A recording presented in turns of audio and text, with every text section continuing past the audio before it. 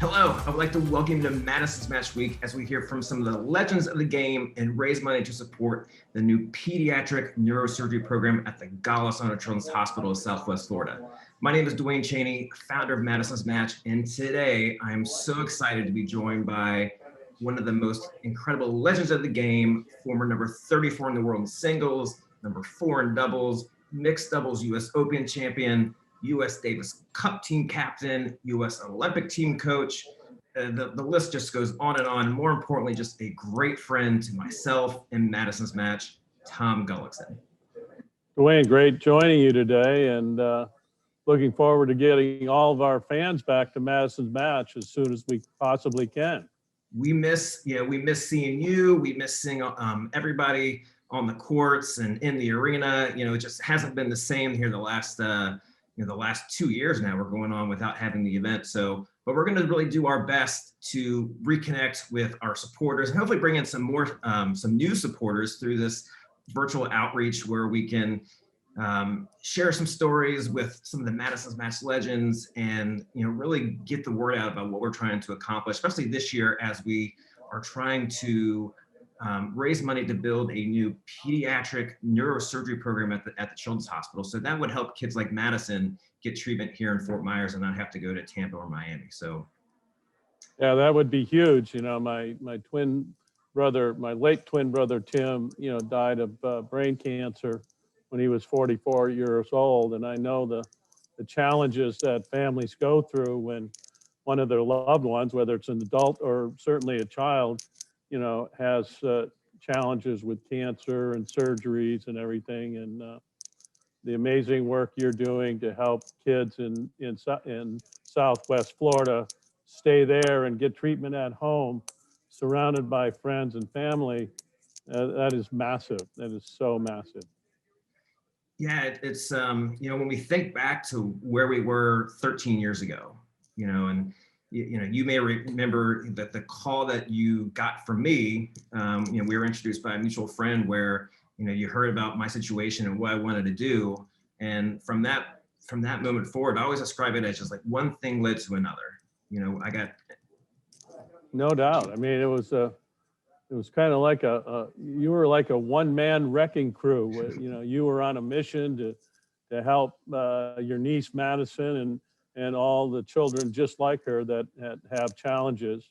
And I had gone through my own challenges with twin brother Tim, and certainly we had a great connection that way. And then with our mutual love of tennis and the ability to use tennis to kind of raise funds, raise awareness, for brain tumor patients and especially children with brain, tumors and other challenges and with cancer. It's been a real kind of, mission for me to kind of help you and help kids with brain cancer. So you've seen now over all these years, you've seen Madison grow. You met her when she was 3 years old, and now she's going on to college. She's actually due to start college in a couple months, which is hard to believe. It's hard to believe that time has gone that fast. But you've also seen the event evolve and grow over all these years. So what has it meant to you to be a part of that? It's almost surreal, Duane, I have to say. I remember when you started this pretty much on your own. You had a little help from your friend Scotty, and we started it there in Fort Myers and at the landings, and it's evolved from there. And your vision to create a bigger, better event every year, and your tireless effort, was so inspiring to me. And in my wildest dreams, thinking back to when we started the event, the first year we did it, to the size and complexity and the enormity of the event and how many people it positively impacts are pretty mind-boggling. It's really humbling to go on this journey with you and keep making progress. And I see no reason why we can't keep going forward. I definitely think we're just getting started in that regard. I mean, it really has been a grassroots event. We took some leaps, and we took even bigger leap a couple years ago when we went to the arena and just kind of grazed new heights. So again, I just want to thank you for all that you've done to support me and give me advice, and you've helped with auction items and just like little things that kind of go unnoticed, but again, just really appreciate all that you've done. Yeah, and I helped with your backhand a little bit, Yeah. working on the backhand some. So maybe you can get a couple games off your wife, Jessica, One can only hope. One can only hope. I'm still waiting for that day to come. That's great. No, it's, I can't wait till we can all get together again. I think the whole world is kind of sick of this kind of virtual life we've all been stuck in since the pandemic hit. And now with everybody getting their shots and, people not having to wear masks outdoors anymore, especially if they've been vaccinated. I think we all see light at the end of the tunnel, and I think people are dying to go to events again. That's Yeah. why I think like an event like Madison Match, which is such a popular event, I think it's only going to really just boom once we get the green light and we can go ahead and do those types of events again. I think the pent up demand for people to get out and do things and be social, and at the same time support amazing causes like Madison Match. I think that's going to be a win-win for everyone. And that's what's made the event so special, is the ability to get so close to people like yourself, legends of the game. The last couple of years you've been able to be on court with Taylor Fritz and Sam Querrey and the Bryan brothers, and that just doesn't happen every day. So it's a cool experience that I can't wait to bring back and get people to hear some more Gullyisms on the court in their clinics. Well, especially since unfortunately, we don't really have pro tennis in Southwest Florida. Certainly in Miami, we have the Miami Open, but on the Southwest coast, there's really no pro tennis. So this is a chance for people from Tampa to Sarasota to Fort Myers, all the way down to Naples, to really watch world-class tennis and have an impact and help people at the same time. So yeah, I think the event is growing and building, and the buzz around the tour. I know Riley Opelka, who I helped coach from 8 to 13, and I used to be taller than him, and I used to be able to beat him. So that lasted 5 minutes. Two things have changed drastically. Yeah, I'm not 7 feet like Riley, and he's ranked top 40 in the world now. So good for him. But we're looking for the time to get everybody back and give our amateur players a chance to not only learn from the pros in our great clinics that we put on, but also to play against them in the pro-am and see what it's like to return 140-mile-an-hour serve, or maybe just pick it off the back fence after it hits the back fence. Yeah, that's probably the likely outcome there.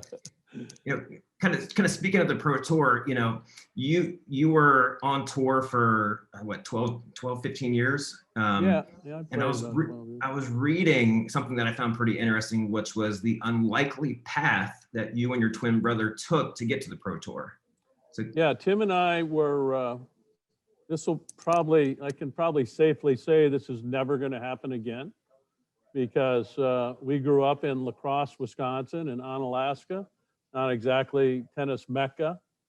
We never had a private lesson. We never played in a national junior tournament. We got one scholarship offer in college. That was to Northern Illinois, which was a Division I school in DeKalb. And I was an All-American there, and a Division I All-American in 1973. And then when Tim and I graduated from Northern Illinois at the end of 73, he went to teach tennis in Dayton, Ohio. And he met a guy named Lieutenant Hank Jungle, who was a colonel in the Air Force at Wright-Patterson Air Force Base. And Hank played number 1 at Tulane, and he was number 1 or 2 in the country at the time in the 35 and over. He was winning all the local tournaments in Dayton and Cincinnati. until Tim Gullikson shows up, this kind of raw, very athletic, serve and volley, very aggressive player. And Hank kind of took Tim under his wing and said, Timmy, you're much too good a player to be, teaching right now. You need to try to play the tour. I'll coach you. We'll find some sponsors for you. And so Timmy turned pro.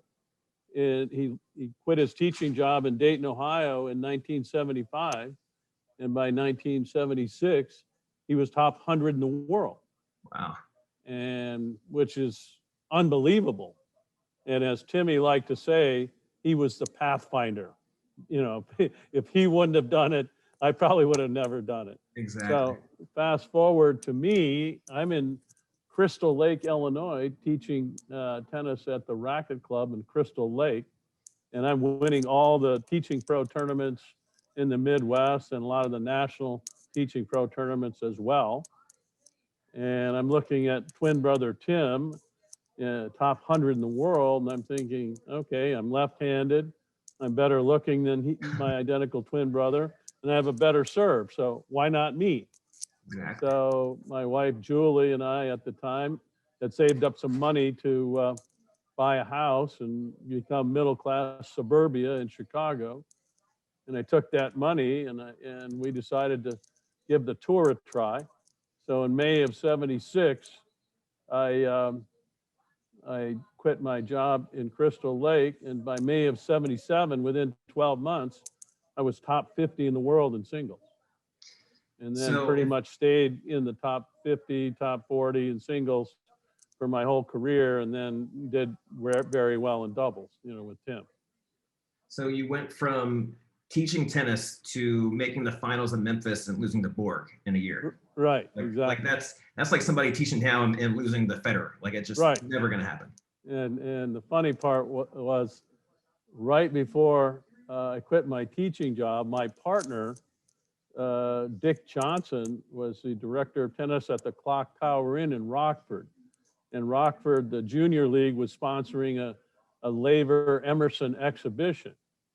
And Dick called me up and said, hey, Gully, would you like to play with Laver and Emerson in this exhibition? And I said, of course. I mean, Rod Laver was my idol, being left-handed and, great player, true gentleman, like all the old Aussies are. Mm-hmm. And, I said, I'd be honored. So, I go up to Rockford, and Dick and I have lunch with Roy and Rod. And, it was an honor to meet them. And I'm asking a few questions about the tour, and they couldn't have been nicer, but it was kind of funny. They were drinking a few, Foster's beers at lunch. I'm thinking, geez, these guys got to play tennis tonight. Yeah. So that afternoon we did the clinic, and, Dick and I were feeding balls, and they had some amazing information in the clinic. And after the clinic, Dick and I went and practiced on the court for like 2 hours, an indoor carpet court. So we knew every bounce on the court. Those guys probably went back to the hotel and had a few more beers. So at lunch, Emerson said, hey, Gully, which one of you two guys is going to play with me tonight? And at lunch, I said, well, Emo, I said, Dick and I are going to play against you and Rod. And he just kind of laughed, Right. These two schlock teaching pros are going to play us legends of the game.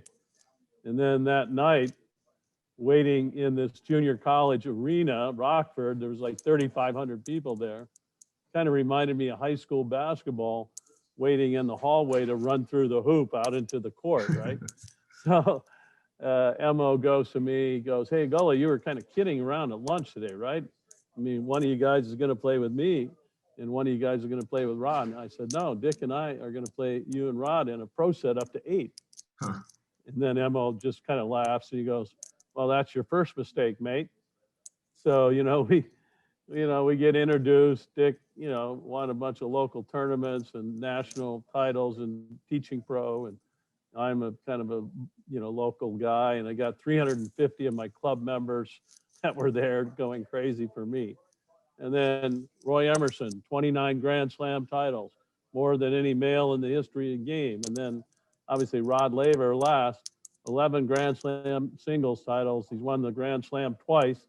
in 62 and 69, he won all four, the same year. No pressure. Arguably the greatest player in the world. So we get out there, we warm up, and we come to the net to spin the racket, and we win the spin. I said, "We'll serve." Emerson goes, "That's your second mistake, mate." So I served the first game, and Emerson was playing on the deuce court, and I aced him down the tee on the very first serve. Had the lefty serve going. And then, to make a long story short, we were up a break. We lost our serve to get back to even. Then on match point, Emerson serving to me, 6, 7, 30, 40. I hit a good backhand return right at his feet. He hit a half volley back to me. And I kind of leaned back and I hit a top spin lob over his head for a winner for us to win 8-6. Wow. So I shook my partner's hand, Dick Johnson. I said, "Hey, Dick, do you think I should tell Emmo we'll split up next time?" And he goes, "No, I don't think that'd be a very good idea." And then they went on to shower up and play a 2 out of 3 set singles match. So that was kind of my launching onto the pro tour, beating Emerson and Laver in a pro set in doubles before I decided to go out on the tour and try my luck. Just simply amazing just hearing the stories. And the funny thing, you mentioned Hank Jungle, and he actually has a lot of roots down here because he's worked with a lot of the current teaching pros like when they were juniors. So it's tennis is just such a small world. Kind of moving on to like your coaching days, like you've worked with some incredible Grand Slam champions and have been a part of some historic moments. Like as you look back, like what's one of the more like defining moments of your coaching career? Well, yeah, I was lucky enough to have some great players, and you know what they say, great players make great coaches. Yes, they do. And I was privileged to be the Davis Cup captain for 6 years, and I had Agassi, Sampras, Jim Courier, three number ones. I had a number 2 in Michael Chang. Todd Martin got up to 4 in the world. And then we had a plethora of top doubles players: Richie Renenberg, Jared Palmer, Alex O'Brien, Jonathan Stark, Rick Leach. So I literally, for 6 years, I had a living laboratory where, in our Davis Cup practices and our matches, I'm watching, the best players in the world, a lot of times the best players of all time, like a Pete Sampras. So it was great for me as a student of the game to be up close and personal. And not only was I helping them, they were also helping me learn. They were teaching me. And as a great student of the game, I've really prided myself on being a lifelong learner and always trying to improve my knowledge and my understanding of this great game of tennis. And the decision I made in Davis Cup, when we won the Davis Cup in '95, we were playing Russia in Moscow on indoor red clay. And they picked red clay because it was Sampras's worst surface. But we did have Jim Courier on the team, who was a 2-time French Open champ. And the first match, Sampras played Andrei Chesnikov, who was a very, very good player. He could run for like 5 hours without getting tired. And Pete won the match 6-4 in the 5th in like 4.5 hours. And on match point, he had a forehand in the midcourt. He hit like an approach and was coming in, and it was a winner. He couldn't track it down, Chesnikov. So Pete raises his arms up like this in triumph, and he collapses on the court, writhing around the red clay with full body cramps. Huh.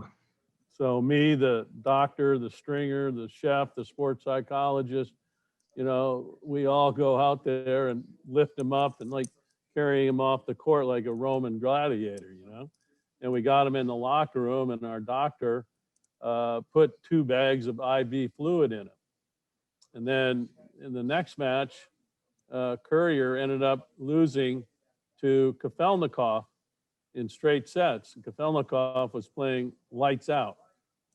And I told Jim before the match, I said, listen, this guy's got the best down the line backhand I've ever seen. So, you know, you like to stand on the ad side and hit forehands, but I'm telling you, you have to stand a little closer to the middle because this guy will rifle that backhand down the line. And sure enough, Kapelnikov was on fire and he beat Jim in like 4 sets. And then I had a huge decision to make because my doubles team was Todd Martin and Richie Renenberg. And they weren't playing very well in practice. They were losing to Craig Boyton, who was Jim Courier's traveling coach at the time, and Vince Spadia. I ain't afraid of you. Yeah.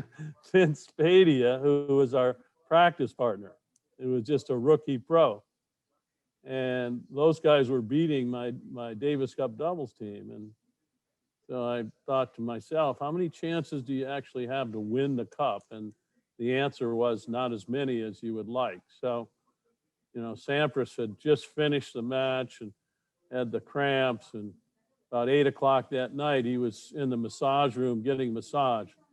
And, you know, laying on his stomach. I walk in the massage room and I said, hey, Pistol, how about playing a little doubles with your buddy Todd Martin tomorrow? Because I wanted more firepower in the doubles with Pete's serve and Pete's volleys and everything and his big forehand. And Pete kind of looks up at me. He goes, doubles? God, I haven't played doubles in almost a year. And I said, and he said, and besides that, I feel terrible. And I said, well, is that a yes or a maybe? And he just laughed and he goes, why don't you get Richie and Todd ready to play the next day? And then I'll come out and hit a few balls with you and we make a game day decision. I said, sounds good. So Todd and Richie had about a 40-minute practice that they like to go through. We did that. Pete comes out. He and I hit balls down the middle. He hit some serves, hit some returns, and we sit down and I said, well, how do you feel? He goes, I don't feel great, but it's your call. You're the captain. I said, you're in. So we took Richie out. We put Sampras in. And they were playing Kafelnikov and Andre Olhovsky, who were a great doubles team. They won the French Open. They won a couple other slams as well. They were actual doubles pairing. And Todd and Pete played lights out, and we won the doubles in 3 straight sets. The guys were on fire. Sampras was serving huge, and he was playing the deuce side in doubles. And after he'd hit that inside out backhand return, he would always have a forehand on the second shot. And he would just rip it right over the net strap. And if they happened to volley it, Todd Martin would be there to put it away. So, yeah, we played great in the doubles to go up 2-1. And then in match 4 was the 2 number ones on Sunday morning, Sampras against Kafelnikov. And Kafelnikov really idolized Sampras. In his record against Sampras was 1-10. He beat him once out of 11 times. Wow. And obviously Clay was his best chance, but Pete was playing at a different level. I know he knew he only had so much energy, so he wanted to go hard at the beginning, and his intensity level that day was off the charts. He won 6-2 the first set, 2 breaks. He won 6-4 the second set. The third set, he was getting a little bit tired, and they ended up in a tiebreaker, and we were up 6-5 in the tiebreaker with Pete's serve, and he hit about a 130-something ace down the tee for us to win the cup. And that was really one of the more rewarding coaching moments, us winning the Davis Cup that year, because Timmy was sick and he couldn't come to Moscow to help with Pete, but I was calling him every day, you know, from Moscow, you know, getting some good coaching from my twin brother on how to help Pete out most effectively. So that was a huge moment for us. Yeah, it's simply amazing just to hear the stories that you have and just the knowledge. And that's one of the great things about being at Madison's match is people can be on court with someone like yourself and just get a different insight that you may not get from your local pro and just get just a different viewpoint. So again, just really thank you for taking a few minutes and sharing the stories. And, you know, we always just love hearing just all the stories that you have because you know more detail than anybody I've ever heard on, you know, just all these moments in time. So. Yeah, I you know, storytelling is what I like to do. And I think there's nothing more powerful than a good story to really teach life lessons or tennis lessons, you know?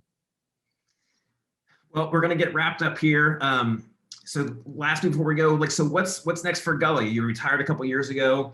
So what's in store for you now? Well, I'm coaching. I'm living in Chicago with my wife Sean and my stepdaughter Margot, who had a big day yesterday. She just got a car yesterday, so that was exciting. But yeah, I'm a consultant for Midtown athletic clubs, and I'm teaching about probably 15 to 20 hours a week to through the winter to get me through the winter. But I'm going to take a little more time off now that the golf season is coming up upon us, and yeah, I'm still doing a bunch of podcasts, and I still love coaching. I love getting on the court and helping somebody get better, and there's nothing more rewarding for me than seeing someone make improvements or seeing the light bulb go on and, hey, I've really got this forehand now. That's exciting for an old coach like me. Well, Gully, again, just want to thank you for taking some time out today. Again, you've just really been instrumental in the success of Madison's match over the years. So again, just appreciate everything you've done for us. So for the viewers watching, remember, please visit our website at madisonsmatch.com, make a donation, place a bid on some of our incredible auction items that we'll have up for bid that'll be available through Friday, May 14th at 5 o'clock. We really need your support to help fund the pediatric neurosurgery program at the Gullikson Children's Hospital, Southwest Florida.